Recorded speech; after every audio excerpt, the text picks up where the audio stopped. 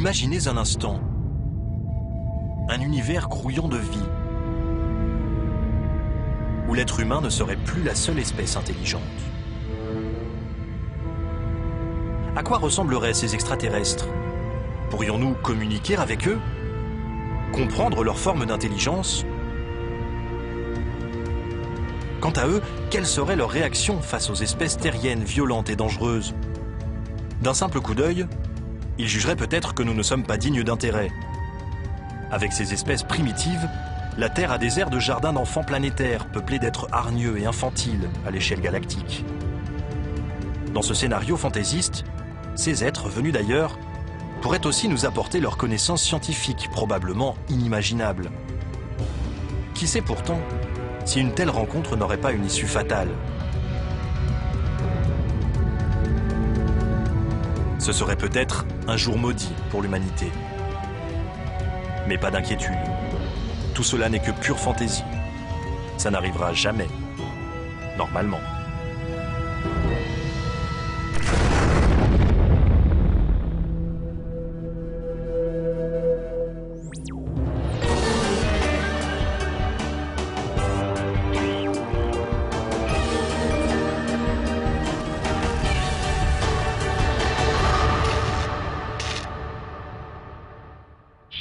Bienvenue dans la Voie lactée, notre environnement quotidien. Notre Soleil est l'une des quelques centaines de milliards d'étoiles de cette galaxie. Elle-même n'est pas seule. L'univers est formé de milliards et de milliards de galaxies. Jusqu'où s'étend l'univers? Il est impossible de le mesurer en kilomètres. Les valeurs n'auraient aucun sens. Dans l'espace, l'unité de mesure des distances est l'année-lumière, c'est-à-dire la distance parcourue par la lumière en un an. Celle-ci voyage à quelques 300 000 km par seconde. Une année-lumière représente donc une distance de près de 9 500 milliards de kilomètres.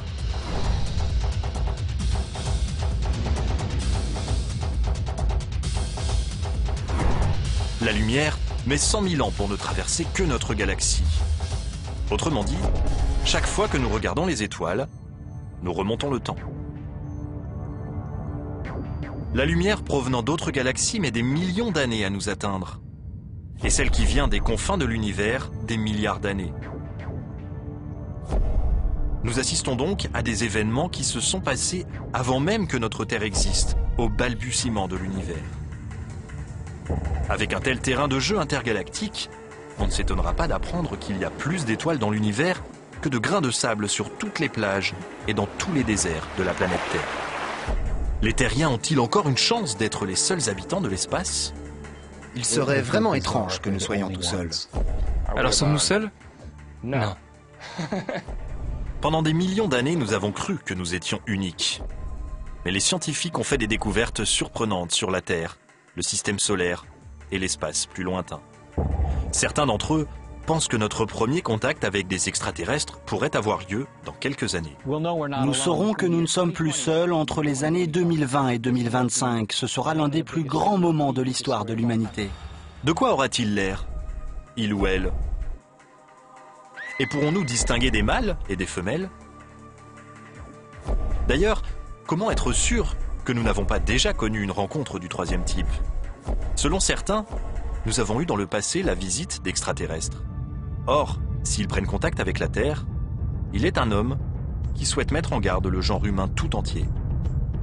C'est le professeur Stephen Hawking, atteint de sclérose latérale et titulaire de la chaire de mathématiques de l'université de Cambridge, un poste autrefois occupé par Isaac Newton. Quand Stephen Hawking s'exprime, le monde scientifique l'écoute.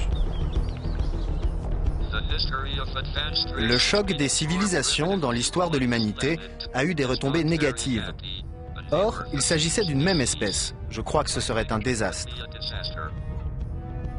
De nombreux chercheurs considèrent que la thèse de Hawking pourrait se vérifier.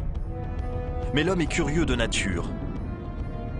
Et il y a peu de chances que nous refusions une occasion de rentrer en contact avec une espèce extraterrestre, quel qu'en soit le danger. De nos jours, l'idée d'une vie sur une autre planète ne révèle plus seulement des romans ou de l'imagination débordante des scénaristes hollywoodiens. Au contraire, elle s'impose peu à peu comme une quasi-certitude, même pour les plus grands esprits scientifiques. Dans ce documentaire, nous nous demanderons pourquoi les chercheurs sont aussi certains que nous ne sommes pas seuls. Avant de découvrir les 9 spécimens qui forment notre système solaire, l'humanité n'avait jamais vu une planète. Mais en 1995, la découverte d'une planète à quelques 40 années-lumière de la Terre a bouleversé la communauté scientifique. Son nom, 51 Peg B. Une autre planète, un autre système solaire, un nouveau voisin dans l'immensité de l'espace. Depuis ce jour, télescopes et ordinateurs se sont mis au travail et ont détecté plus d'une centaine de planètes. Les experts savent que ces trouvailles ne sont que la partie émergée de l'iceberg. L'univers s'étend bien au-delà de notre capacité de représentation. Mais grâce aux outils de recherche récents, les scientifiques peuvent observer plus précisément les objets spatiaux et leurs mouvements. Il existe certainement des millions d'autres planètes dans l'univers qui nous entoure. Nous allons rencontrer Debra Fischer à l'observatoire de Lick, en Californie. Issue de l'université de San Francisco, elle appartient à cette nouvelle génération de scientifiques, les chasseurs de planètes. Grâce à Debra Fischer et à quelques autres spécialistes, on connaît maintenant plus de 130 planètes hors du système solaire. Ça donne un extraordinaire sentiment d'humilité de se rendre compte à quel point notre Soleil est banal. Il a un système de planètes comme toutes les autres étoiles. Beaucoup de gens aimeraient croire que nous sommes uniques, spéciaux, mais je trouve ça naturel et très réconfortant de savoir que l'univers est ainsi fait. Comment découvrir les planètes situées à des années-lumière de la Terre? Debra Fischer observe les étoiles lointaines. Elle surveille leurs mouvements. Si une planète se trouve en orbite autour d'une étoile, elle exerce une légère attraction gravitationnelle sur l'astre. Debra Fischer mesure ces légères oscillations à des milliards de kilomètres de distance. La précision est de l'ordre de quelques mètres par seconde. Un progrès considérable. Mais les planètes qu'elle a découvertes sont toutes des astres géants, de la taille de Saturne par exemple. Pour pouvoir accueillir la vie, une planète doit remplir une liste de critères très stricts. Partant de l'observation de notre système solaire, les scientifiques ont conclu que les petites planètes rocheuses offrent les meilleures chances pour le développement de la vie, telle que nous la connaissons. Les éléments chimiques, indispensables à l'apparition de la vie, ont en effet besoin de se fixer sur un support, par exemple une surface solide. Une planète doit également avoir la bonne taille. Si elle est beaucoup plus petite que la Terre, sa gravité ne sera pas suffisante pour retenir son atmosphère qui se contentera de s'échapper dans l'espace. Et ce n'est pas tout. L'emplacement est très important lui aussi. La planète doit être suffisamment proche du Soleil pour permettre la présence d'eau liquide. On pense en effet que l'eau à l'état liquide est essentielle à toute forme de vie. Trop près du Soleil, comme Vénus, dont la température de surface est de 460 degrés, l'eau bout et s'évapore. Trop loin du Soleil, elle gèle. Sur la Terre, on trouve partout de l'eau à l'état liquide. Elle recouvre plus des 2/3 de la planète. Si nous voulons trouver des planètes où la vie peut se développer, nous devons les chercher à une certaine distance de leur étoile, où il ne fait pas trop chaud pour que l'eau ne s'évapore pas, mais pas trop froid non plus pour qu'elle ne soit pas à l'état de glace. On cherche cette zone idéale où l'eau existe sous forme liquide. En juin 2004, des chercheurs européens ont découvert la plus petite planète jamais observée en dehors du système solaire. Elle fait seulement 14 fois la taille de la Terre et pourrait représenter une surface rocheuse. C'est une sorte de super-Terre. Cette surface rocheuse rend possible la présence d'eau à l'état liquide. Selon les scientifiques, une planète rocheuse ne peut pas être plus volumineuse. Elle ne résisterait pas et disparaîtrait. Celle-ci est à 50 années-lumière de nous dans la constellation méridionale d'Altar. C'est l'une des 3 planètes en orbite autour d'une étoile qui ressemble beaucoup à notre Soleil. Mais pour découvrir des planètes plus petites de la taille de la Terre, la technologie doit progresser. Une évolution est déjà en cours. Le télescope spatial Kepler a été placé en orbite en 2009. Cette mission étudie plusieurs milliers d'étoiles proches. Lorsqu'une planète passe entre une étoile et un télescope, il est possible de déterminer la taille de la planète en mesurant la quantité de lumière qu'elle masque. Avec optimisme, les scientifiques estiment qu'ils découvriront au moins 50 planètes de la taille de la Terre grâce à ce télescope. Depuis plus de 20 ans, un groupe de scientifiques guette les signes d'une vie extraterrestre. L'Institut SETI en Californie est le berceau de cette recherche. Cet institut pour la recherche d'intelligence extraterrestre rassemble les pointures de la profession qui se sont lancées dans une mission de longue haleine, complexe et sophistiquée. Seth Shostak, astronome en chef de l'Institut, a consacré presque toute sa vie professionnelle à la quête d'une intelligence extraterrestre. Mon intérêt personnel pour cette recherche remonte, je crois, à mon enfance. Je me souviens, quand j'avais 10 ans, j'achetais des livres sur les soucoupes volantes. Pour Seth Shostak et ses collègues, le repérage des extraterrestres passe par la radio. Cela peut sembler primaire, mais la radio est un outil de communication très puissant. Les signaux radio sont des ondes énergétiques qui se propagent dans toutes les directions. Elles se dirigent vers les postes de radio et de télévision, mais s'échappent également dans l'espace. Et ce, depuis 70 ou 100 ans. I have a dream today. That's one small step for man, one giant leap for mankind. The Lucy Show. Oh, you must think I'm a perfect idiot.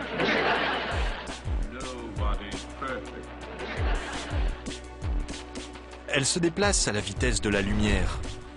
Pour relier la Terre à la Lune, un signal met seulement un peu plus d'une seconde. Cela semble rapide, mais si l'on pense aux distances interstellaires en jeu, même la vitesse de la lumière fait figure d'escargot. Si nous recevons demain un message provenant des confins de la galaxie, il aura été émis depuis 100 000 ans.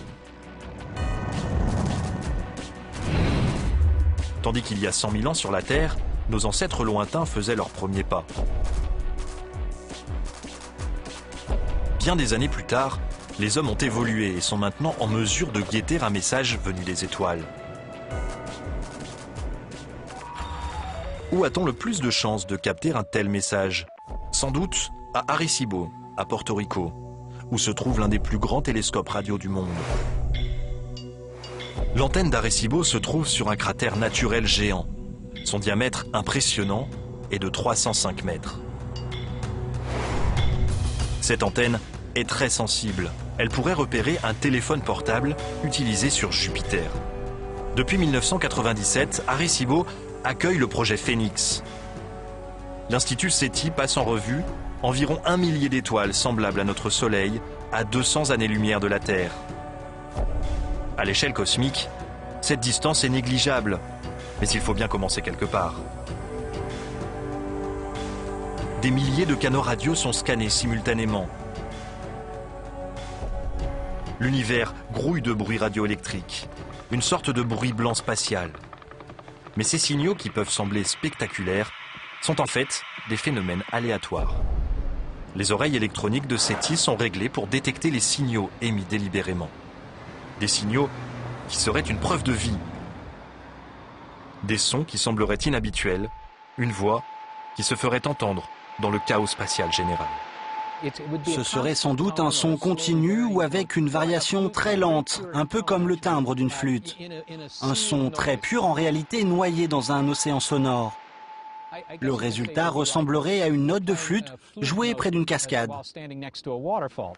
Les signaux qui apparaissent naturellement se répartissent sur une large partie du spectre. Mais une transmission artificielle, comme une image de télévision ou une émission de radio, se restreint à une faible fraction de fréquence. On parle de signal à bande étroite. Nous guettons un signal qui nous indiquerait que quelqu'un a construit un émetteur. Nous cherchons une preuve qu'il y ait un émetteur allumé quelque part. Depuis 40 ans, les scientifiques attendent un message. Mais à ce jour, ils n'ont rien entendu de tel. Cette recherche pourrait prendre des années. Pour l'instant, ils n'en sont qu'à leurs premiers essais. Que faire d'autre ? c'est peut-être une nouvelle méthode de communication interstellaire qui nous apportera la réponse. Une forme de lumière si vive qu'elle brille 1 million de fois plus que le Soleil. L'univers compte des milliards de galaxies comme la nôtre. On découvre sans cesse de nouvelles planètes et de nouveaux systèmes solaires. Les scientifiques continuent donc à attendre patiemment un message intergalactique. Mais si extraterrestre il y a, il semble qu'ils aient décidé de garder le silence radio. Ils pourraient alors essayer d'établir le contact d'une autre façon. Nous allons rencontrer Dan Wertheimer à l'observatoire de Leuschner, à Berkeley, en Californie. Cet homme est à la recherche d'extraterrestres depuis 25 ans. La Voie lactée compte 200 milliards d'étoiles. Il y a des milliards de galaxies. Il serait vraiment étrange que nous soyons tout seuls. Dan Wertheimer, lui, n'est pas à l'écoute. Il observe le ciel en quête d'un signe. Il dirige le programme de recherche SETI de Berkeley, axé sur les signaux lumineux.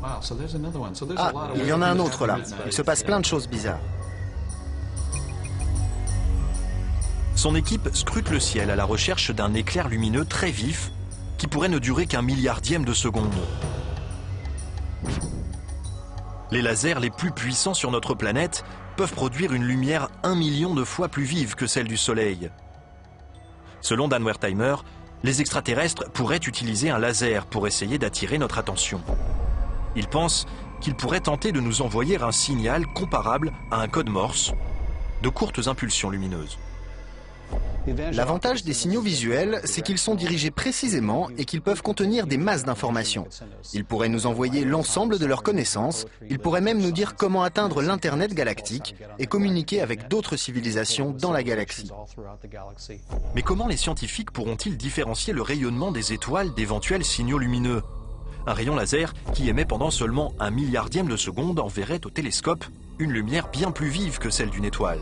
La différence serait de l'ordre de 10 photons, soit 10 particules lumineuses. C'est très rare venant d'une étoile, même très brillante, de détecter au télescope autant de photons en 1 milliardième de seconde. L'équipe s'attarde sur chaque étoile pendant 1 minute. En l'absence d'éclairs lumineux, elle passe à l'étoile suivante. 10 000 astres ont ainsi été étudiés. Et jusqu'à présent, Dan Wertheimer n'a pas détecté la lumière qu'il recherche.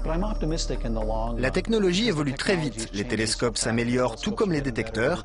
Nous pouvons observer de plus en plus d'étoiles. Au bout du compte, nous verrons des centaines de millions d'étoiles et nous pourrons sonder l'ensemble du plan galactique. Mais pour l'instant, les terriens en sont à leurs premières expérimentations et ils commencent seulement à apprendre comment communiquer avec les extraterrestres. Dans les années 60, le scientifique britannique et prix Nobel Anthony Hewish pensait avoir détecté un signal extraterrestre. À partir de ces récepteurs radio aux allures de corde à linge, cet homme et son équipe ont capté une succession régulière d'impulsions espacées d'1 seconde environ. Ce signal paraissait absolument extraordinaire, parce que c'était une série d'impulsions très courtes. Comme si nous avions affaire à une étoile qui émettait des éclairs lumineux. Or, les corps astronomiques ne font pas cela. Quand on capte des signaux artificiels venus de l'espace, l'une des possibilités à étudier, c'est bien sûr qu'il s'agisse d'une intelligence venue d'ailleurs. Pour rire, nous les avons appelés signaux PHV, pour petits hommes verts. Personne n'y croyait vraiment, je pense, mais nous avons tout de même envisagé cette possibilité. On a vite oublié les petits hommes verts. Anthony Hewish s'est rapidement aperçu que sa découverte provenait d'une source naturelle. C'était la signature d'une étoile morte, ou étoile à neutrons. Ces astres morts tournent sur eux-mêmes à toute vitesse, envoyant des impulsions comme la lumière d'un phare. Si les formes de vie extraterrestres n'ont pas envoyé de message aux terriens, peut-être les scientifiques devraient-ils tenter eux-mêmes d'établir le contact. C'est ce qu'a fait la NASA il y a 40 ans. Elle a envoyé une sorte de lettre à toutes les étoiles de la part de la planète Terre. L'agence spatiale a lancé en 1972 Pioneer 10.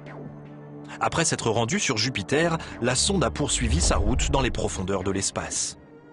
En 2004, elle était à près de 13 milliards de kilomètres de notre planète et en direction de l'étoile rouge d'Aldébaran dans la constellation du Taureau.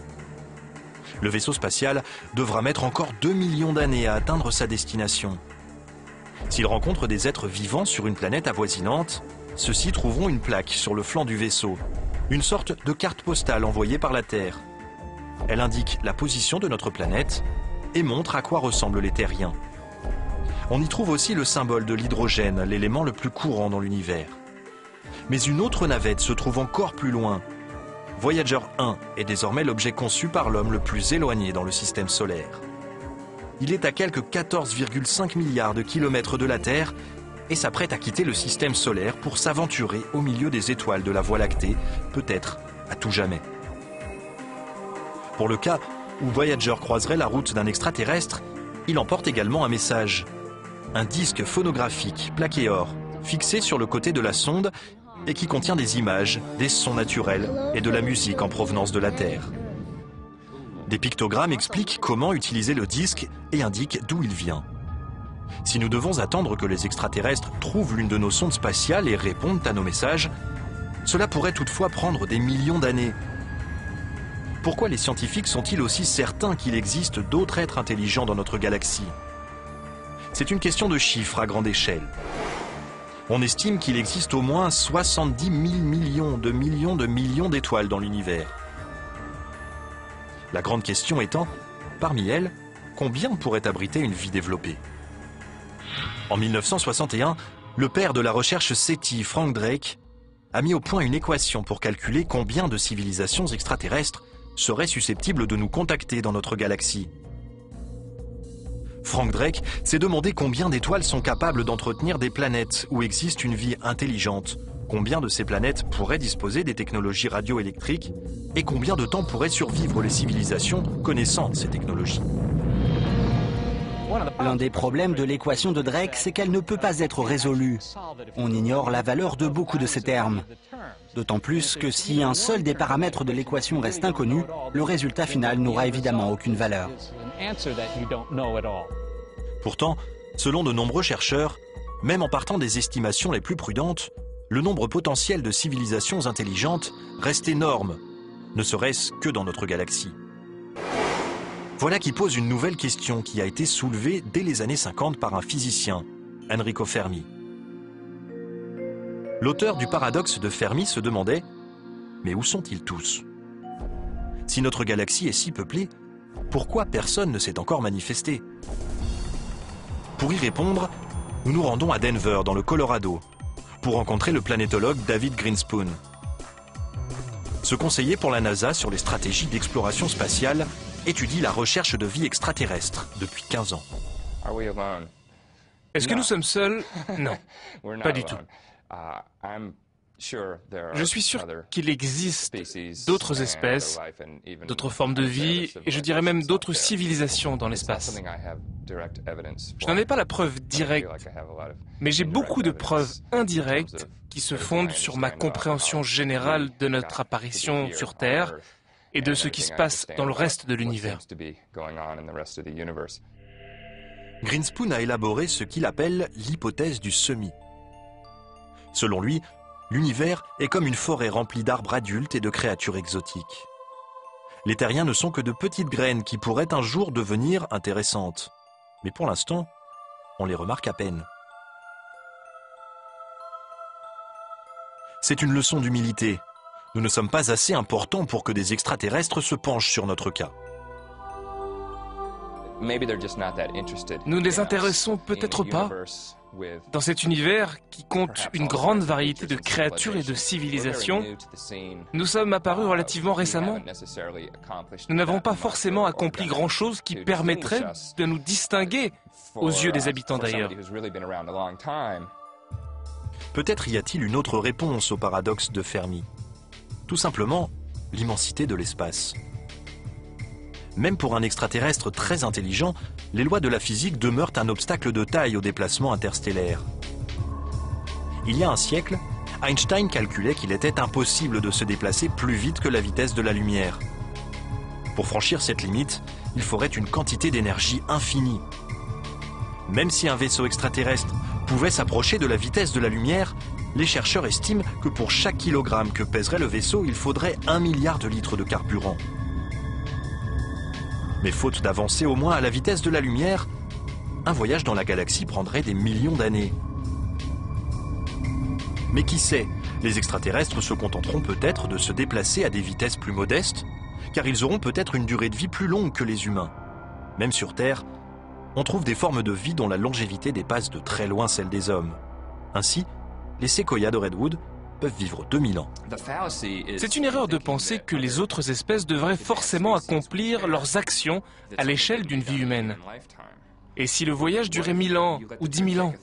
Je crois que c'est du chauvinisme, une sorte de chauvinisme qui frappe notre conception du temps. Si on ne peut pas faire une chose en un siècle ou deux, alors on considère que c'est impossible. Ce chauvinisme frappe peut-être aussi notre vision de l'environnement. Nous avons du mal à imaginer comment la vie peut subsister dans des conditions inhabituelles. Pourtant, on trouve sur Terre toutes sortes de milieux étranges.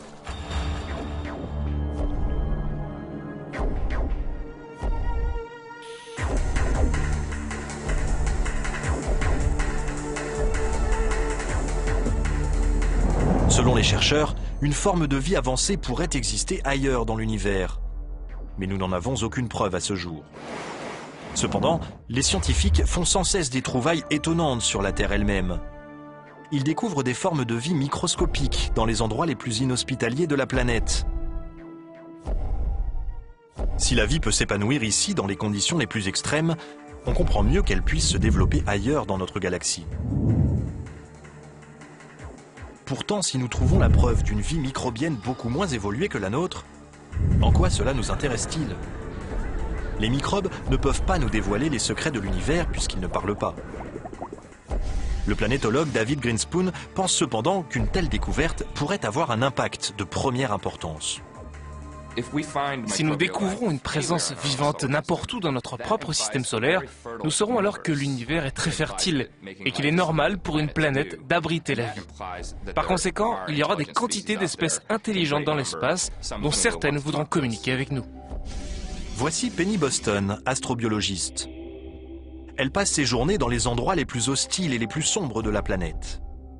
Ce qu'elle y cherche, des extrémophiles, c'est-à-dire des microbes capables de proliférer dans des milieux où la plupart des autres organismes n'y survivraient pas. À partir de ces milieux extrêmes sur Terre, nous essayons en fait d'écrire un guide pratique des micro-organismes pour des planètes où nous ne sommes jamais allés, pour des organismes dont nous ignorons encore l'existence. Les grottes de Carlsbad, au Nouveau-Mexique, comptent parmi les plus profondes du continent américain. Qu'est-ce qui pourrait survivre ici sans la lumière du soleil? Tout est sombre, et pourtant nous ne sommes pas seuls.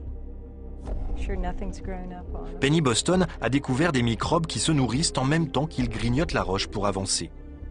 Des organismes lithotrophes, littéralement mangeurs de pierre. Ces organismes réussissent à libérer un peu de la matière contenue dans la roche. Ils provoquent une réaction chimique avec la pierre et au cours de cette réaction, une énergie se dégage qui assure leur survie. Ils utilisent cette énergie de la même manière que nous mangeons et buvons à table. Donc, ils ont la capacité de survivre dans un environnement sans nourriture. Et c'est cela qui nous intéresse, tout particulièrement.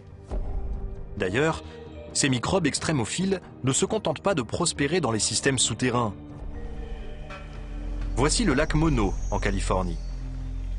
Sous ses airs enchanteurs, il renferme une teneur en sel 3 fois plus élevée que celle de l'eau de mer. Un poison pour l'homme, mais une aubaine pour la vie microbienne qui y prospère. Les extrémophiles supportent aussi très bien les grands froids.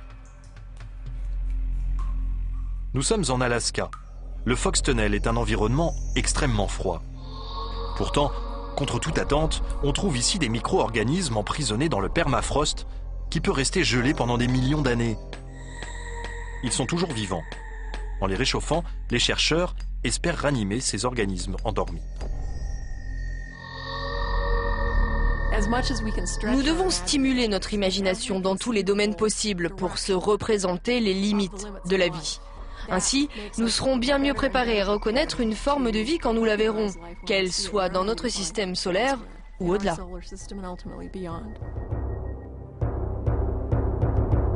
Il n'y a plus qu'à lancer une expédition sur le terrain à la recherche d'une vie microbienne.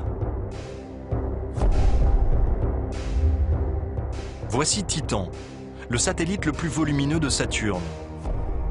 Dans le système solaire, c'est le seul à présenter une atmosphère. Titan est entouré d'un halo orangé et pourrait renfermer des lacs et des océans riches en carbone. Il abrite donc peut-être la vie.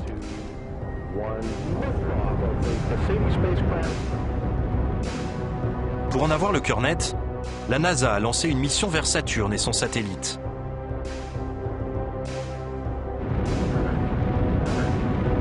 La navette spatiale Cassini a quitté la Terre en 1997 et atteint Titan en janvier 2005. Une sonde a traversé l'atmosphère à 6,5 km/s, rencontrant un brouillard fait d'azote, de méthane et d'autres composants chimiques à base de carbone. Titan représente seulement la moitié de la Terre en taille, mais son atmosphère est 4 fois plus dense. Quant à sa température, elle est plutôt fraîche, moins 143 degrés.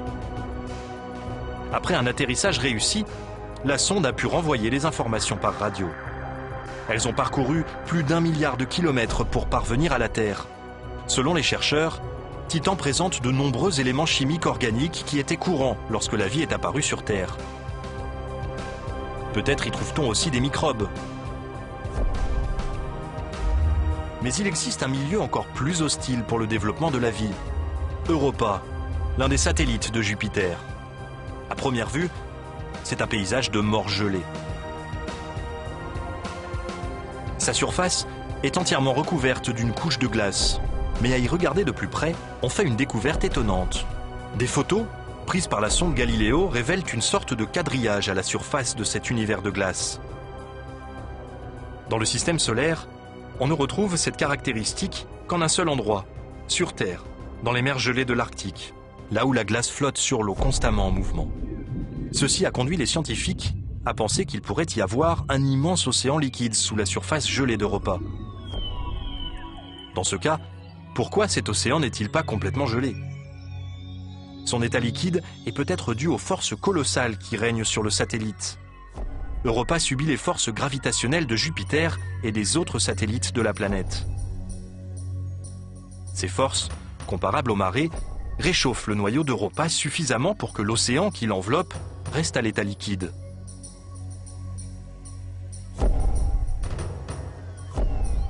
La NASA espère approfondir son exploration des mystères du satellite. On pense notamment envoyer un orbiteur pour explorer sa surface. Il confirmerait la présence ou non d'un océan sous la glace.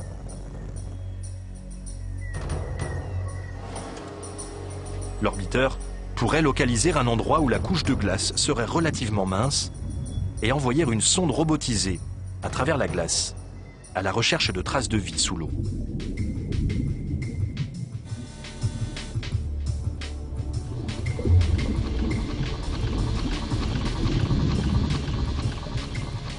Ce robot aquatique retransmettrait alors des images numériques, tout en parcourant l'océan. Il se peut qu'il rencontre au fond de l'océan des points chauds ou cheminées hydrothermales. Ces fissures dans le sol font jaillir une eau chaude riche en éléments nutritifs. Sur Terre, ces cheminées abritent les formes d'une vie les plus élémentaires. Le robot aquatique pourrait donc trouver sur Europa un fond océanique aussi fertile que le nôtre. Les extraterrestres ne sont peut-être plus si loin. Dans notre système solaire, c'est Mars qui réunit les conditions les plus favorables à une vie passée ou présente.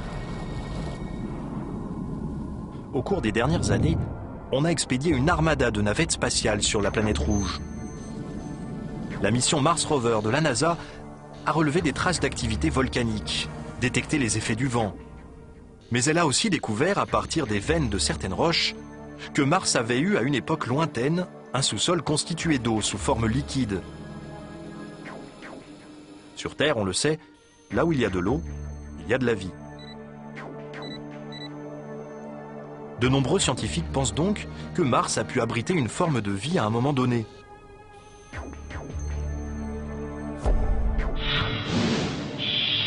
Au fil des preuves collectées sur notre planète et dans tout le système solaire, les chercheurs en ont conclu qu'il existe bien une vie ailleurs dans notre univers. Mais à quoi ces extraterrestres peuvent-ils bien ressembler ?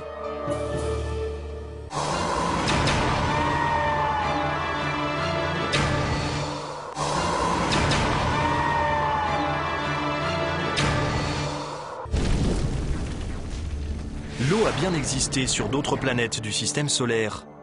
Des signes de vie évidents ont été décelés. Des signes d'une autre forme de vie non présente sur la Terre. Alors à quoi ces formes de vie pourraient bien ressembler? Pour montrer des êtres venus de l'espace, on s'est longtemps contenté à Hollywood de créer des costumes pour des acteurs. Mais les effets spéciaux sont de plus en plus sophistiqués et les concepteurs ne se limitent plus à l'apparence humaine. Ils peuvent donner libre cours à leur imagination. À Modesto, en Californie, Joel Hagen est l'un de ses créateurs. Il travaille pour la NASA en tant que spécialiste de l'image. C'est un peu facile de penser que l'apparence humaine, c'est-à-dire la nôtre, est la forme idéale pour être intelligent. Je crois que ça fait partie de la vision généralement anthropocentrique que nous avons des choses. Dès que nous essayons d'imaginer à quoi pourrait ressembler une créature intelligente, en général, le résultat ressemble un peu à nous-mêmes, avec des mains, des yeux, des oreilles, une tête, la faculté de marcher. Pour celui-là, on partait de l'idée d'une planète à faible gravité. Je lui ai donné de longues jambes, maigres comme des allumettes. J'envisageais un environnement de type jungle. C'est pourquoi il a cet appendice bizarre qui fait penser à des ciseaux. Ça lui permet de s'accroupir complètement, de lutter contre le vent, d'agiter ses ciseaux très haut pour attraper les objets qui l'entourent. Retour sur la Terre. Beaucoup estiment qu'il est inutile de partir à la découverte d'autres planètes pour chercher les traces d'une intelligence extraterrestre. Un sondage a montré que plus de 50% des Américains pensent que notre planète a déjà été visitée par des êtres venus d'ailleurs. Est-il possible qu'ils aient raison? À Wiltshire, au sud de l'Angleterre, on a constaté un été d'étranges phénomènes dans les champs de blé. Le phénomène des crop circles, ou cercles dans les cultures, était né. On a pensé que ces motifs sophistiqués servaient de piste d'atterrissage à des vaisseaux venus de l'espace. Certains ont suggéré qu'il pourrait s'agir de messages laissés par des extraterrestres ou des restes de systèmes de navigation qu'ils auraient utilisés. D'autres encore ont imaginé qu'ils étaient peut-être le fruit de vents particulièrement violents. Pour donner une certaine crédibilité à cette idée, on l'a appelée la théorie du vortex de plasma. Selon John Lundberg, l'explication est tout autre. Pour lui, ces cercles concentriques sont un canular. Comment le sait-il?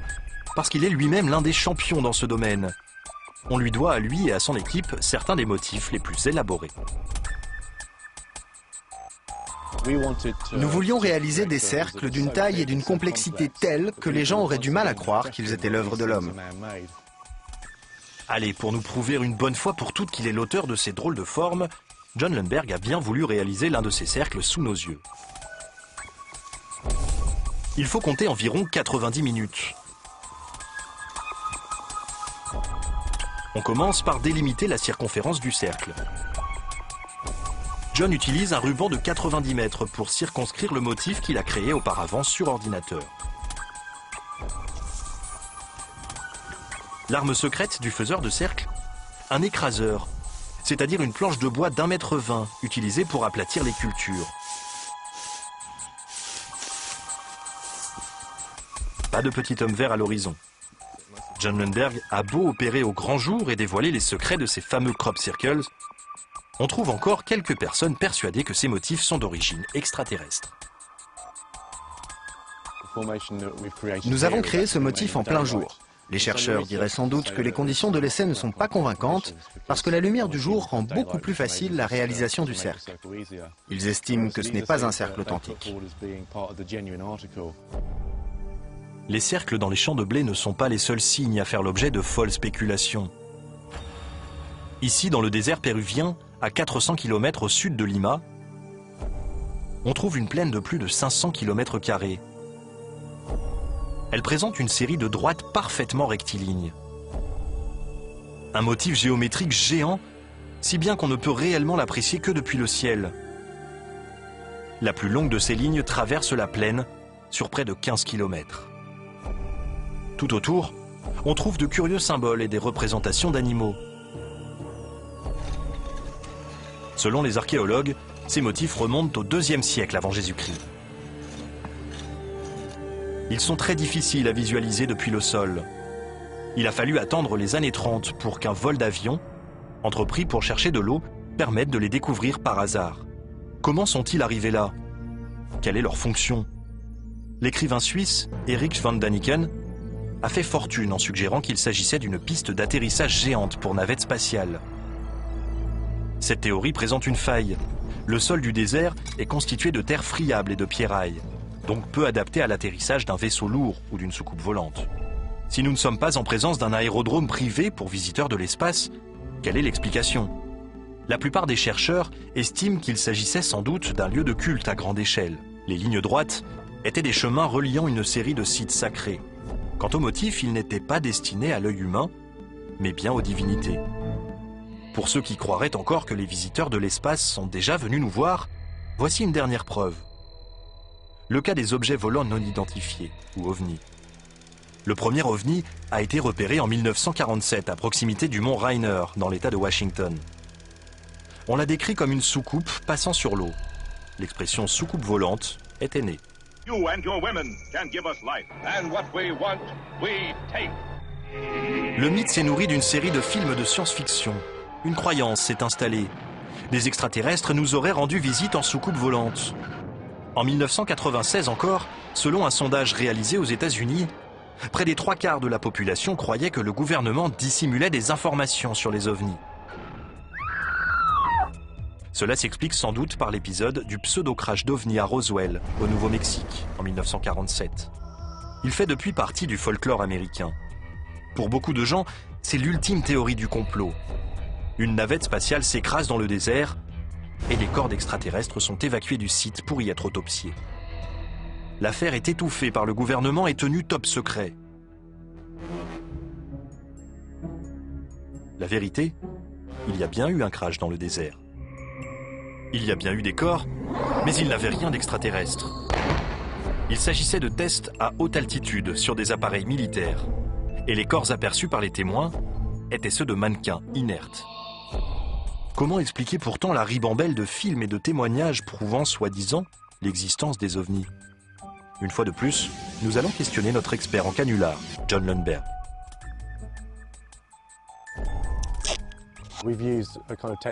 Voici une technique qui a certainement été déjà utilisée par le passé pour réaliser de faux ovnis. Il s'agit simplement de construire une maquette à l'échelle réduite et de la suspendre à un crochet par du fil de pêche pour qu'elle ait l'air de flotter dans le ciel, au milieu des nuages, au-dessus de ce paysage. Honnêtement, c'est très facile. On le fait sans difficulté. En quelques clics, Lundberg réalise une photo d'OVNI impeccable. Certains pourtant ne voudront jamais admettre que ce genre d'image est l'œuvre de petits farceurs. Si vous vous dévoilez, si vous expliquez que vous avez voulu faire une farce, le grand public vous considère tout de suite comme un hérétique qui attaque un système de valeurs. Et tout le monde redoublera d'efforts pour démonter votre canular et vous décrédibiliser. Il n'existe donc aucune preuve sérieuse d'une visite d'extraterrestres sur notre planète. Mais la communauté scientifique pense qu'il y a peut-être eu un contact de cet ordre en une occasion.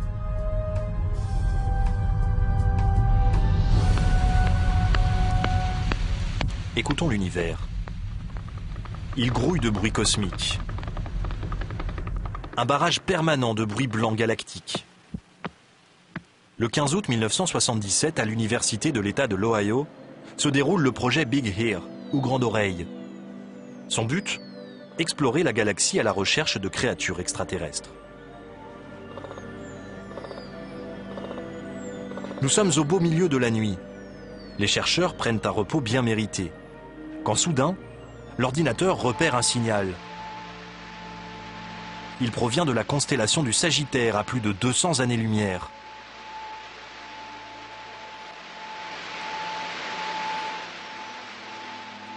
Pour produire ce son, il a fallu avoir recours à une technologie. C'est peut-être l'indice d'une vie intelligente. Il dure 72 secondes avant de s'éteindre. Le graphique imprimé par l'ordinateur paraît extraordinaire au premier scientifique qui en prend connaissance. Il écrit ce simple mot, « Wow ». Mais le signal « Wow », le nom lui est resté, ne s'est jamais répété. Les chercheurs ont récemment pointé en direction du signal WOW les antennes du Very Large Array dans le Nouveau-Mexique, un complexe de radioastronomie. Mais rien n'est venu rompre le silence. Cet événement demeure l'un des moments d'astronomie les plus excitants et les plus mystérieux. Un jour, dans quelques milliers d'années, on pourrait se rendre compte qu'il a marqué le début d'un nouveau chapitre de l'histoire de l'humanité. Mais peut-être sera-t-il simplement enregistré comme une nouvelle erreur due à l'informatique. Pour l'instant, il reste un mystère, riche en possibilités fascinantes. Il demeure tout à fait possible qu'on ait détecté, avec le signal WOW, une forme d'intelligence extraterrestre. Pour moi, le scénario imaginaire idéal, c'est qu'il s'agit d'une bribe de conversation entre deux extraterrestres qui ne nous étaient pas destinés. Mais comme nous étions au bon endroit, au bon moment, nous l'avons entendu par erreur. Le signal WOW ne s'est jamais reproduit. On peut toutefois imaginer que des extraterrestres continuent à émettre des signaux. Nous ne les cherchons peut-être pas au bon endroit. Pour espérer sérieusement rencontrer une intelligence extraterrestre, les scientifiques doivent maintenant passer en revue non pas des milliers d'étoiles, mais bien des millions. Comment opérer à cette échelle ? Au nord de la Californie, on trouve la nouvelle base permanente de l'Institut galactique SWIP du SETI. Dans cette série de radiotélescopes, seules quelques antennes sont aujourd'hui en service, mais elles seront bientôt 350 à couvrir le site. Toutes sont capables de fonctionner 24 heures sur 24, 365 jours par an, pour scruter les étoiles à la recherche de signes d'une vie intelligente. Les recherches du SETI ont commencé il y a plus de 20 ans. Depuis, des milliers d'étoiles ont été passées en revue. Grâce à ces nouveaux appareils, l'Institut SETI sera capable d'explorer des millions d'étoiles au cours des 2 décennies à venir. Avec de telles possibilités, l'astronome en chef de l'Institut, Seth Shostak, est pour la première fois suffisamment confiant pour se prononcer sur ce programme.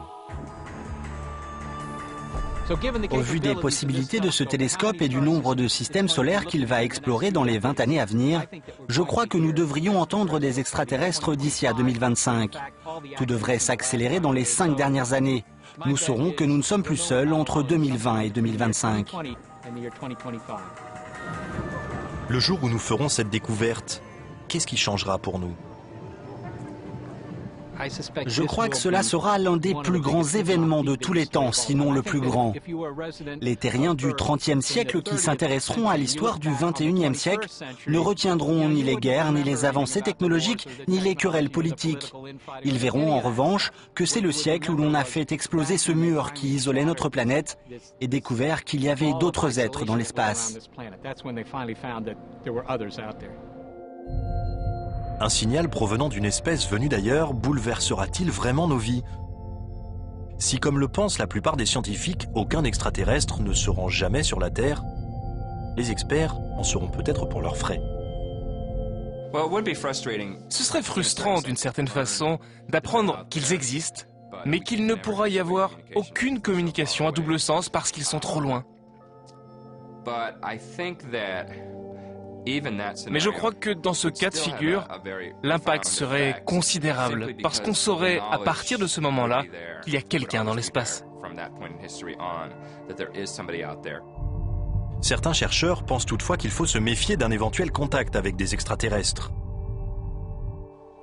Écoutons le professeur Stephen Hawking de l'université de Cambridge, l'un des plus brillants astronomes au monde.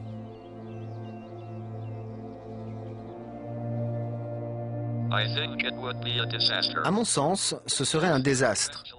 Ces extraterrestres seraient très en avance sur nous. Le choc des civilisations dans l'histoire de l'humanité a eu des retombées négatives. Or, il s'agissait d'une même espèce. Mieux vaut rester modeste.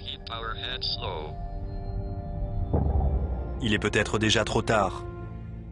Depuis un siècle environ, les scientifiques émettent des signaux radio qui s'échappent de la planète à la vitesse de la lumière.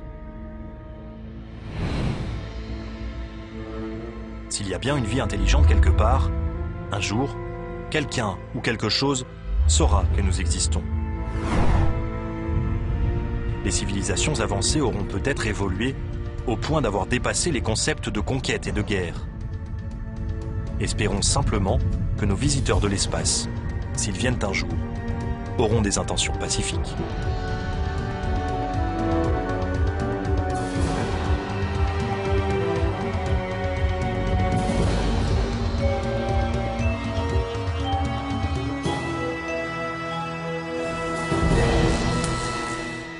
serait de l'ordre de 10 photons, soit 10 particules lumineuses. C'est très rare venant d'une étoile, même très brillante, de détecter au télescope autant de photons en 1/1000e de seconde. L'équipe s'attarde sur chaque étoile pendant 1 minute. En l'absence d'éclairs lumineux, elle passe à l'étoile suivante. 10 000 astres ont ainsi été étudiés. Et jusqu'à présent, Dan Wertheimer n'a pas détecté la lumière qu'il recherche. La technologie évolue très vite, les télescopes s'améliorent tout comme les détecteurs, nous pouvons observer de plus en plus d'étoiles. Au bout du compte, nous verrons des centaines de millions d'étoiles et nous pourrons sonder l'ensemble du plan galactique. Mais pour l'instant, les terriens en sont à leurs premières expérimentations et ils commencent seulement à apprendre comment communiquer avec les extraterrestres. Dans les années 60, le scientifique britannique et prix Nobel Anthony Hewish pensait avoir détecté un signal extraterrestre. À partir de ces récepteurs radio aux allures de corde à linge, cet homme et son équipe ont capté une succession régulière d'impulsions espacées d'1 seconde environ. Ce signal paraissait absolument extraordinaire, parce que c'était une série d'impulsions très courtes. Comme si nous avions affaire à une étoile qui émettait des éclairs lumineux. Or, les corps astronomiques ne font pas cela. Quand on capte des signaux artificiels venus de l'espace, l'une des possibilités à étudier, c'est bien sûr qu'il s'agisse d'une intelligence venue d'ailleurs. Pour rire, nous les avons appelés signaux PHV, pour petits hommes verts. Personne n'y croyait vraiment, je pense, mais nous avons tout de même envisagé cette possibilité. On a vite oublié les petits hommes verts. Anthony Hewish s'est rapidement aperçu que sa découverte provenait d'une source naturelle. C'était la signature d'une étoile morte, ou étoile à neutrons. Ces astres morts tournent sur eux-mêmes à toute vitesse, envoyant des impulsions comme la lumière d'un phare. Si les formes de vie extraterrestres n'ont pas envoyé de message aux terriens, peut-être les scientifiques devraient-ils tenter eux-mêmes d'établir le contact. C'est ce qu'a fait la NASA il y a 40 ans. Elle a envoyé une sorte de lettre à toutes les étoiles de la part de la planète Terre. L'agence spatiale a lancé en 1972 Pioneer 10. Après s'être rendue sur Jupiter, la sonde a poursuivi sa route dans les profondeurs de l'espace.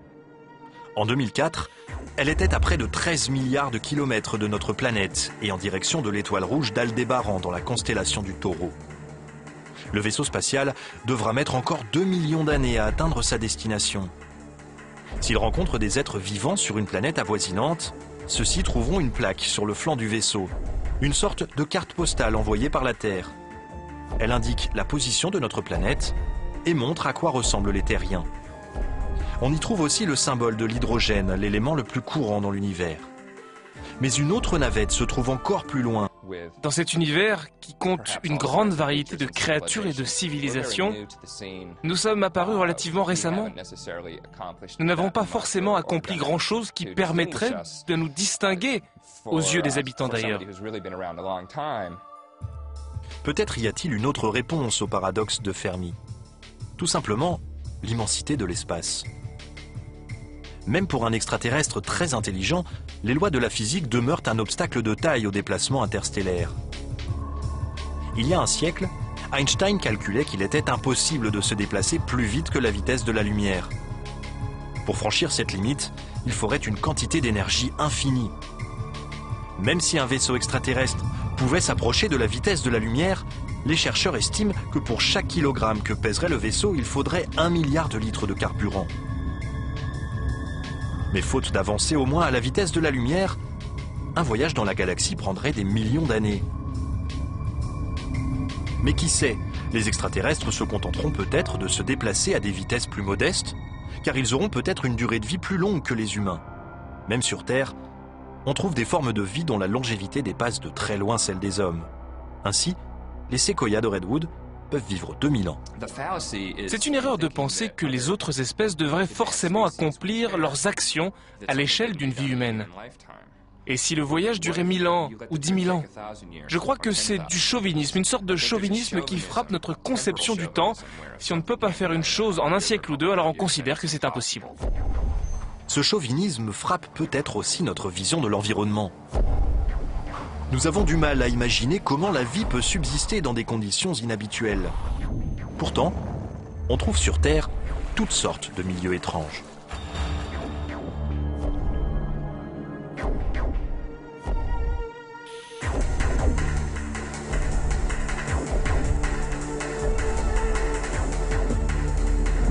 Selon les chercheurs, une forme de vie avancée pourrait exister ailleurs dans l'univers.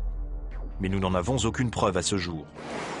Cependant, les scientifiques font sans cesse des trouvailles étonnantes sur la Terre elle-même. Ils découvrent des formes de vie microscopiques dans les endroits les plus inhospitaliers de la planète. Si la vie peut s'épanouir ici dans les conditions les plus extrêmes, on comprend mieux qu'elle puisse se développer ailleurs dans notre galaxie. Pourtant, si nous trouvons la preuve d'une vie microbienne beaucoup moins évoluée que la nôtre, en quoi cela nous intéresse-t-il ?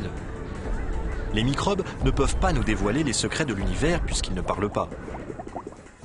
Le planétologue David Grinspoon pense cependant qu'une telle découverte pourrait avoir un impact de première importance.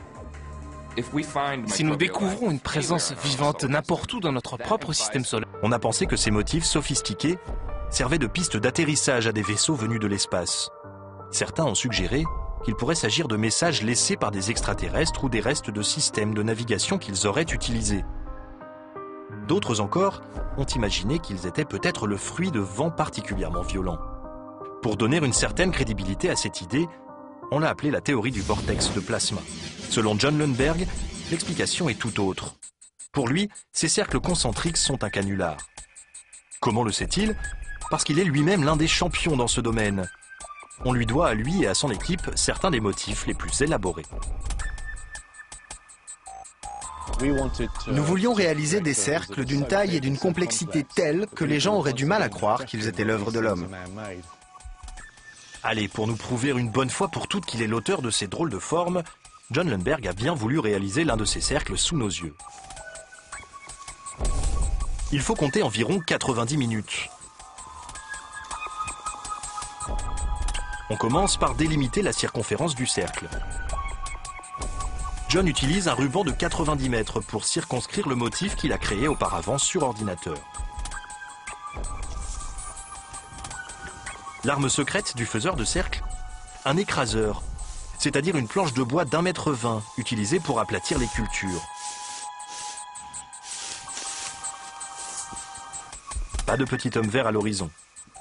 John Lundberg a beau opérer au grand jour et dévoiler les secrets de ces fameux crop circles, on trouve encore quelques personnes persuadées que ces motifs sont d'origine extraterrestre.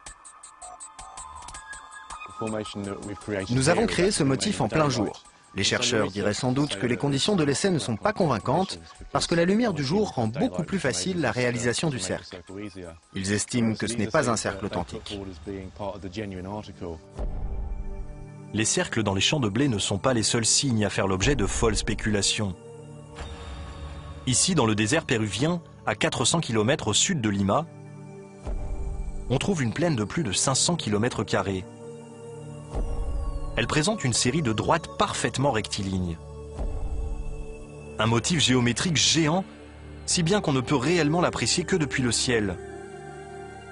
La plus longue de ces lignes traverse la plaine sur près de 15 km.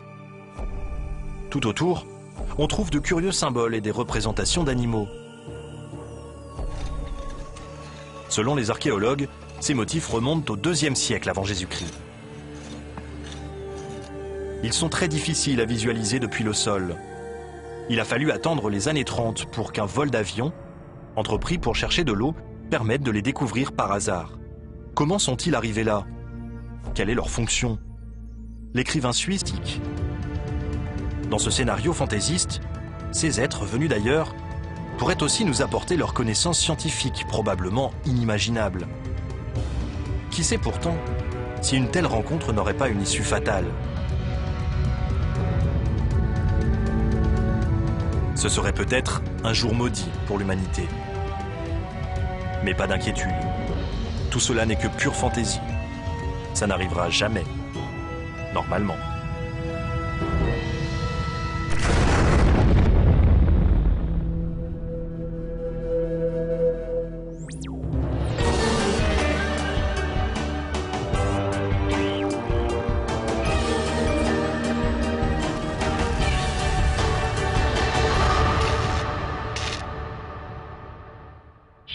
Bienvenue dans la Voie lactée, notre environnement quotidien. Notre Soleil est l'une des quelques centaines de milliards d'étoiles de cette galaxie. Elle-même n'est pas seule. L'univers est formé de milliards et de milliards de galaxies. Jusqu'où s'étend l'univers? Il est impossible de le mesurer en kilomètres. Les valeurs n'auraient aucun sens. Dans l'espace, l'unité de mesure des distances est l'année-lumière, c'est-à-dire la distance parcourue par la lumière en un an. Celle-ci voyage à quelques 300 000 km par seconde. Une année-lumière représente donc une distance de près de 9500 milliards de kilomètres.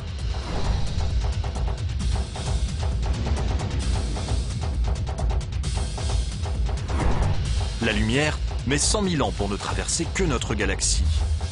Autrement dit, chaque fois que nous regardons les étoiles, nous remontons le temps. La lumière provenant d'autres galaxies met des millions d'années à nous atteindre. Et celle qui vient des confins de l'univers, des milliards d'années. Nous assistons donc à des événements qui se sont passés avant même que notre Terre existe, au balbutiement de l'univers. Avec un tel terrain de jeu intergalactique, on ne s'étonnera pas d'apprendre qu'il y a plus d'étoiles dans l'univers que de grains de sable sur toutes les plages et dans tous les déserts de la planète Terre. Les terriens ont-ils encore une chance d'être les seuls habitants de l'espace? Il serait vraiment étrange que nous soyons tout seuls. Alors sommes-nous seuls? Non. Pendant des millions d'années, nous avons cru que nous étions uniques. Mais les scientifiques ont fait des découvertes surprenantes sur la Terre, le système solaire et l'espace plus lointain. Certains d'entre eux pensent que notre premier contact avec des extraterrestres pourrait avoir lieu dans quelques années. Nous saurons que nous ne sommes plus seuls entre les années... On pense notamment envoyer un orbiteur pour explorer sa surface. Il confirmerait la présence ou non d'un océan sous la glace.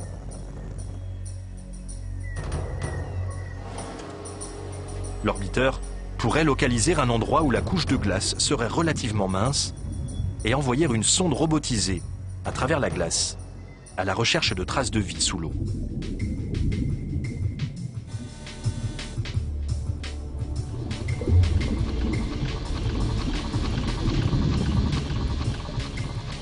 Ce robot aquatique retransmettrait alors des images numériques, tout en parcourant l'océan.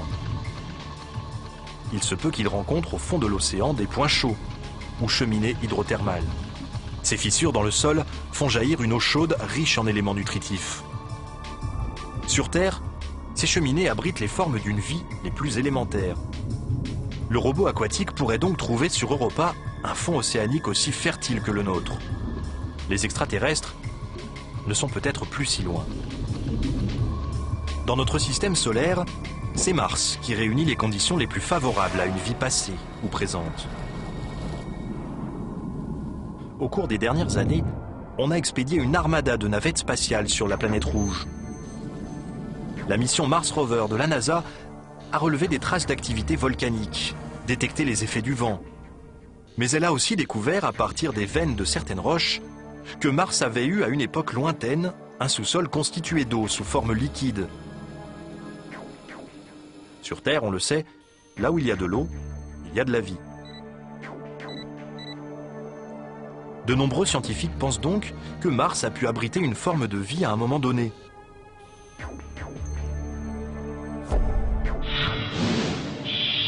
Au fil des preuves collectées sur notre planète et dans tout le système solaire, les chercheurs en ont conclu qu'il existe bien une vie ailleurs dans notre univers. Mais à quoi ces extraterrestres peuvent-ils bien ressembler ?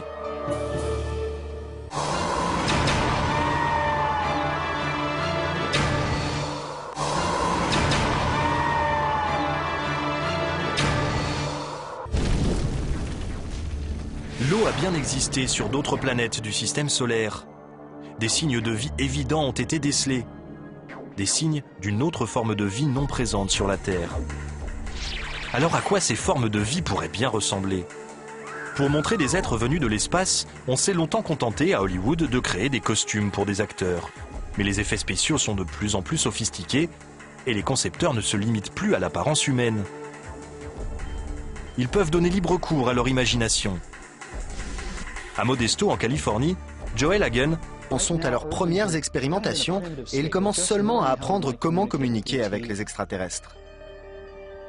Dans les années 60, le scientifique britannique et prix Nobel Anthony Hewish pensait avoir détecté un signal extraterrestre.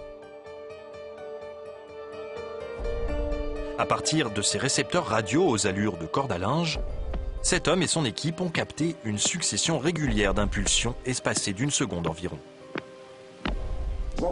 Ce signal paraissait absolument extraordinaire, parce que c'était une série d'impulsions très courtes. Comme si nous avions affaire à une étoile qui émettait des éclairs lumineux. Or, les corps astronomiques ne font pas cela. Quand on capte des signaux artificiels venus de l'espace, l'une des possibilités à étudier, c'est bien sûr qu'il s'agisse d'une intelligence venue d'ailleurs. Pour rire, nous les avons appelés signaux PHV, pour petits hommes verts. Personne n'y croyait vraiment, je pense, mais nous avons tout de même envisagé cette possibilité. On a vite oublié les petits hommes verts. Anthony Hewish s'est rapidement aperçu que sa découverte provenait d'une source naturelle. C'était la signature d'une étoile morte, ou étoile à neutrons. Ces astres morts tournent sur eux-mêmes à toute vitesse, envoyant des impulsions comme la lumière d'un phare. Si les formes de vie extraterrestres n'ont pas envoyé de message aux terriens, peut-être les scientifiques devraient-ils tenter eux-mêmes d'établir le contact. C'est ce qu'a fait la NASA il y a 40 ans. Elle a envoyé une sorte de lettre à toutes les étoiles de la part de la planète Terre. L'agence spatiale a lancé en 1972 Pioneer 10. Après s'être rendue sur Jupiter, la sonde a poursuivi sa route dans les profondeurs de l'espace. En 2004, elle était à près de 13 milliards de kilomètres de notre planète et en direction de l'étoile rouge d'Aldébaran dans la constellation du Taureau. Le vaisseau spatial devra mettre encore 2 millions d'années à atteindre sa destination. S'il rencontre des êtres vivants sur une planète avoisinante, ceux-ci trouveront une plaque sur le flanc du vaisseau, une sorte de carte postale envoyée par la Terre. Elle indique la position de notre planète et montre à quoi ressemblent les terriens. On y trouve aussi le symbole de l'hydrogène, l'élément le plus courant dans l'univers. Mais une autre navette se trouve encore plus loin. Voyager 1 est désormais l'objet conçu par l'homme le plus éloigné dans le système solaire. Il est à quelques 14,5 milliards de kilomètres de la Terre et s'apprête à quitter le système solaire pour s'aventurer au milieu des étoiles de la Voie lactée, peut-être à tout jamais. Pour le cas où Voyager croiserait la route d'un extraterrestre, il emporte également un message. Un disque phonographique plaqué or, fixé sur le côté de la sonde et qui contient des images, des sons naturels et de la musique en provenance de la Terre. Des pictogrammes expliquent comment utiliser le disque et indiquent d'où il vient. Lire leurs actions à l'échelle d'une vie humaine. Et si le voyage durait 1000 ans ou 10 000 ans? Je crois que c'est du chauvinisme, une sorte de chauvinisme qui frappe notre conception du temps. Si on ne peut pas faire une chose en un siècle ou deux, alors on considère que c'est impossible. Ce chauvinisme frappe peut-être aussi notre vision de l'environnement. Nous avons du mal à imaginer comment la vie peut subsister dans des conditions inhabituelles. Pourtant, on trouve sur Terre toutes sortes de milieux étranges.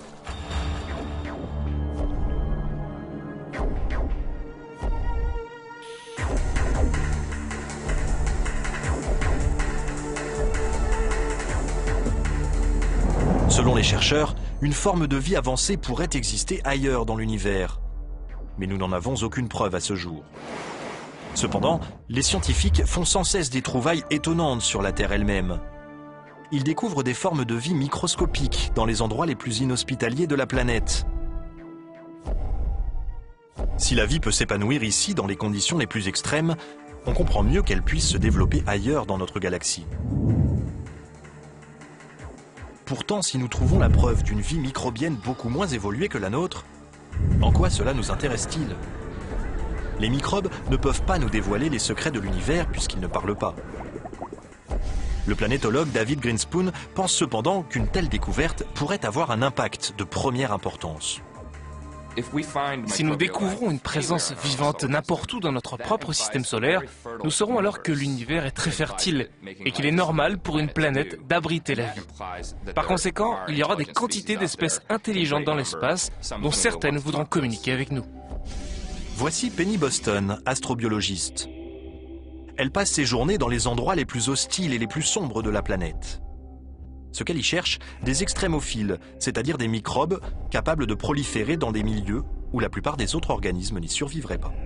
À partir de ces milieux extrêmes sur Terre, nous essayons en fait d'écrire un guide pratique des micro-organismes pour des planètes où nous ne sommes jamais allés, pour des organismes dont nous ignorons encore l'existence.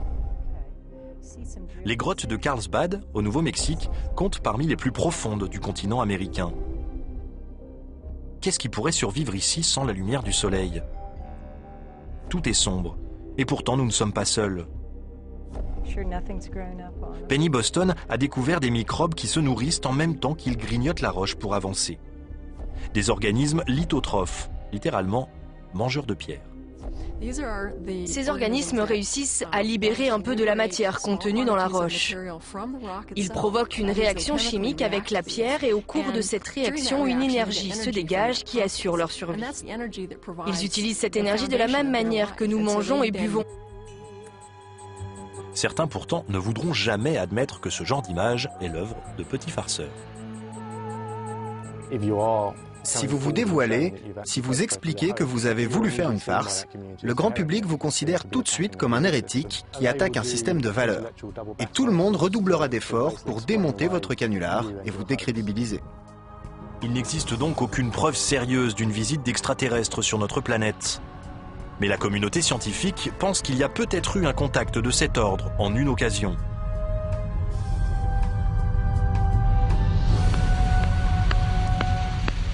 Écoutons l'univers. Il grouille de bruit cosmique. Un barrage permanent de bruit blanc galactique. Le 15 août 1977, à l'université de l'État de l'Ohio, se déroule le projet Big Ear, ou Grande Oreille. Son but ? Explorer la galaxie à la recherche de créatures extraterrestres. Nous sommes au beau milieu de la nuit. Les chercheurs prennent un repos bien mérité. Quand soudain, l'ordinateur repère un signal. Il provient de la constellation du Sagittaire à plus de 200 années-lumière.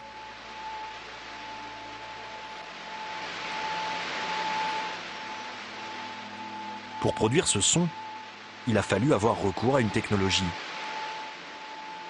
C'est peut-être l'indice d'une vie intelligente. Il dure 72 secondes avant de s'éteindre. Le graphique imprimé par l'ordinateur paraît extraordinaire au premier scientifique qui en prend connaissance.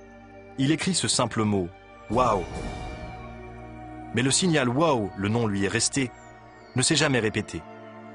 Les chercheurs ont récemment pointé en direction du signal WOW les antennes du Very Large Array dans le Nouveau-Mexique, un complexe de radioastronomie. Mais rien n'est venu rompre le silence. Cet événement demeure l'un des moments d'astronomie les plus excitants et les plus mystérieux. Un jour, dans quelques milliers d'années, on pourrait se rendre compte qu'il a marqué le début d'un nouveau chapitre de l'histoire de l'humanité. Mais peut-être sera-t-il simplement enregistré comme une nouvelle erreur due à l'informatique. Pour l'instant, il reste un mystère, riche en possibilités fascinantes. Il demeure tout à fait possible qu'on ait détecté, avec le signal WOW, une forme d'intelligence extraterrestre. Pour moi, le scénario imaginaire idéal, c'est qu'il s'agit d'une bribe de conversation entre deux extraterrestres qui ne nous étaient pas destinés. Mais comme nous étions au bon endroit, au bon moment, nous l'avons entendu par erreur. Le signal WOW ne s'est jamais reproduit. Son satellite.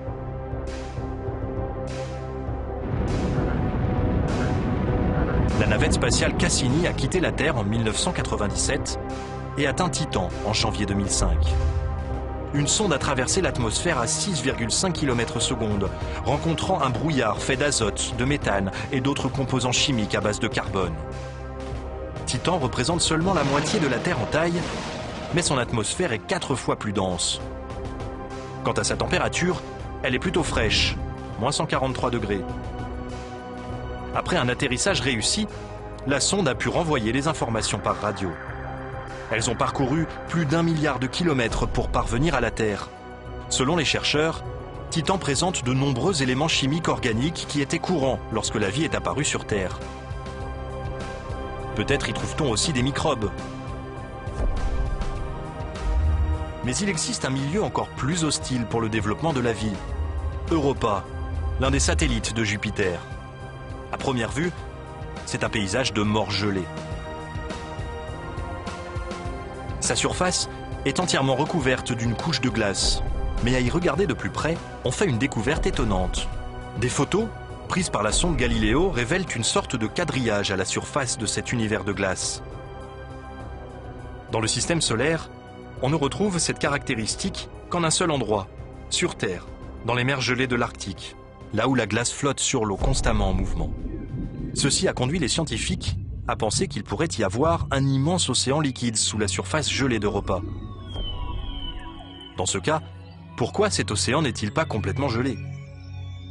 Son état liquide est peut-être dû aux forces colossales qui règnent sur le satellite. Europa subit les forces gravitationnelles de Jupiter et des autres satellites de la planète. Ces forces, comparables aux marées, réchauffent le noyau d'Europa suffisamment pour que l'océan qui l'enveloppe reste à l'état liquide.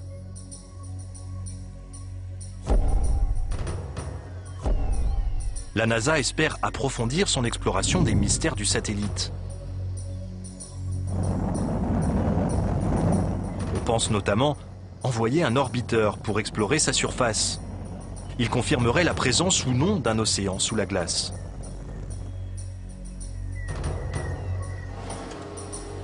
L'orbiteur pourrait localiser un endroit où la couche de glace serait relativement mince et envoyer une sonde robotisée à travers la glace à la recherche de traces de vie sous l'eau.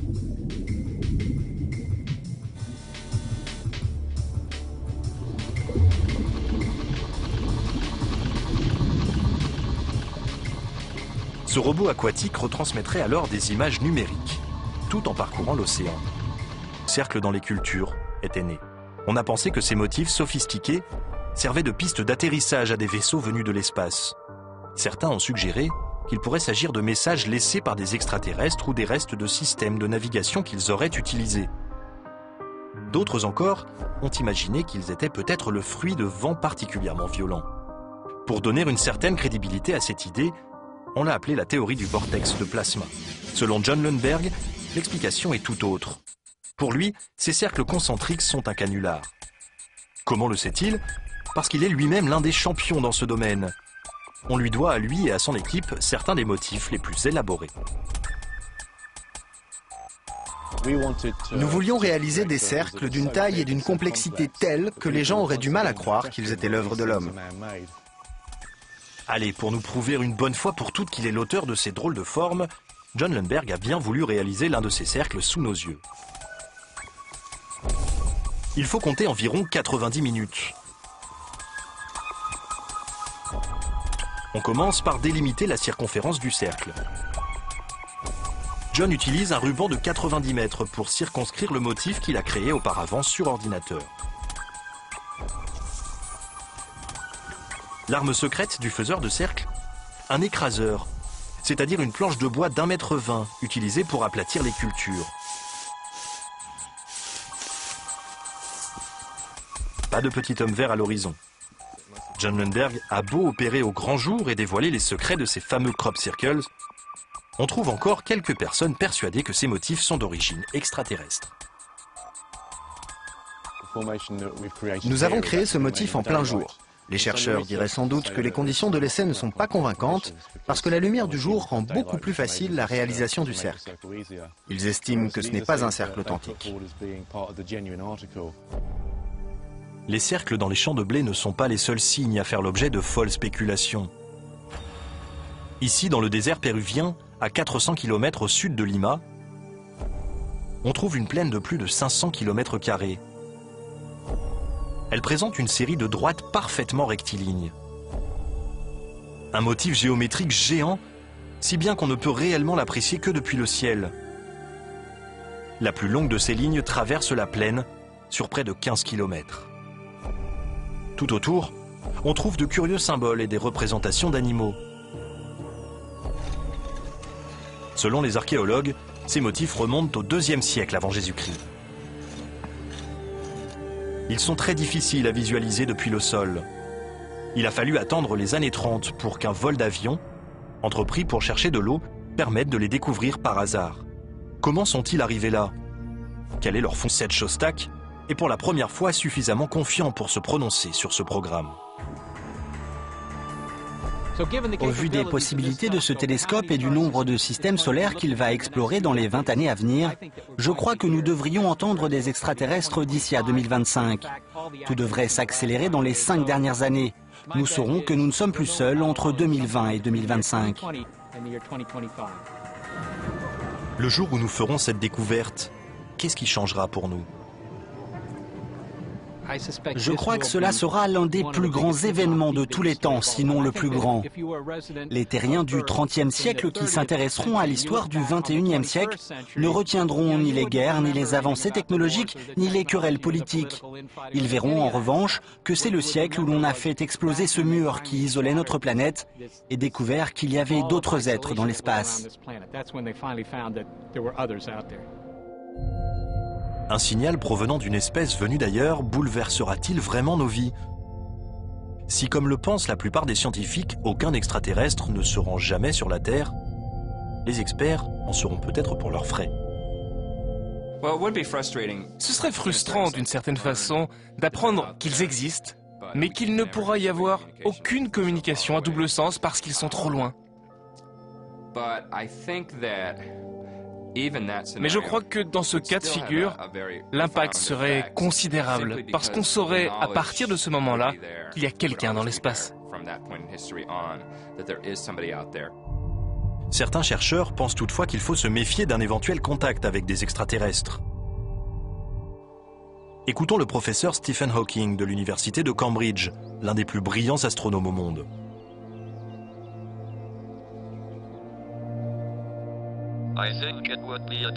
À mon sens, ce serait un désastre. Ces extraterrestres seraient très en avance sur nous.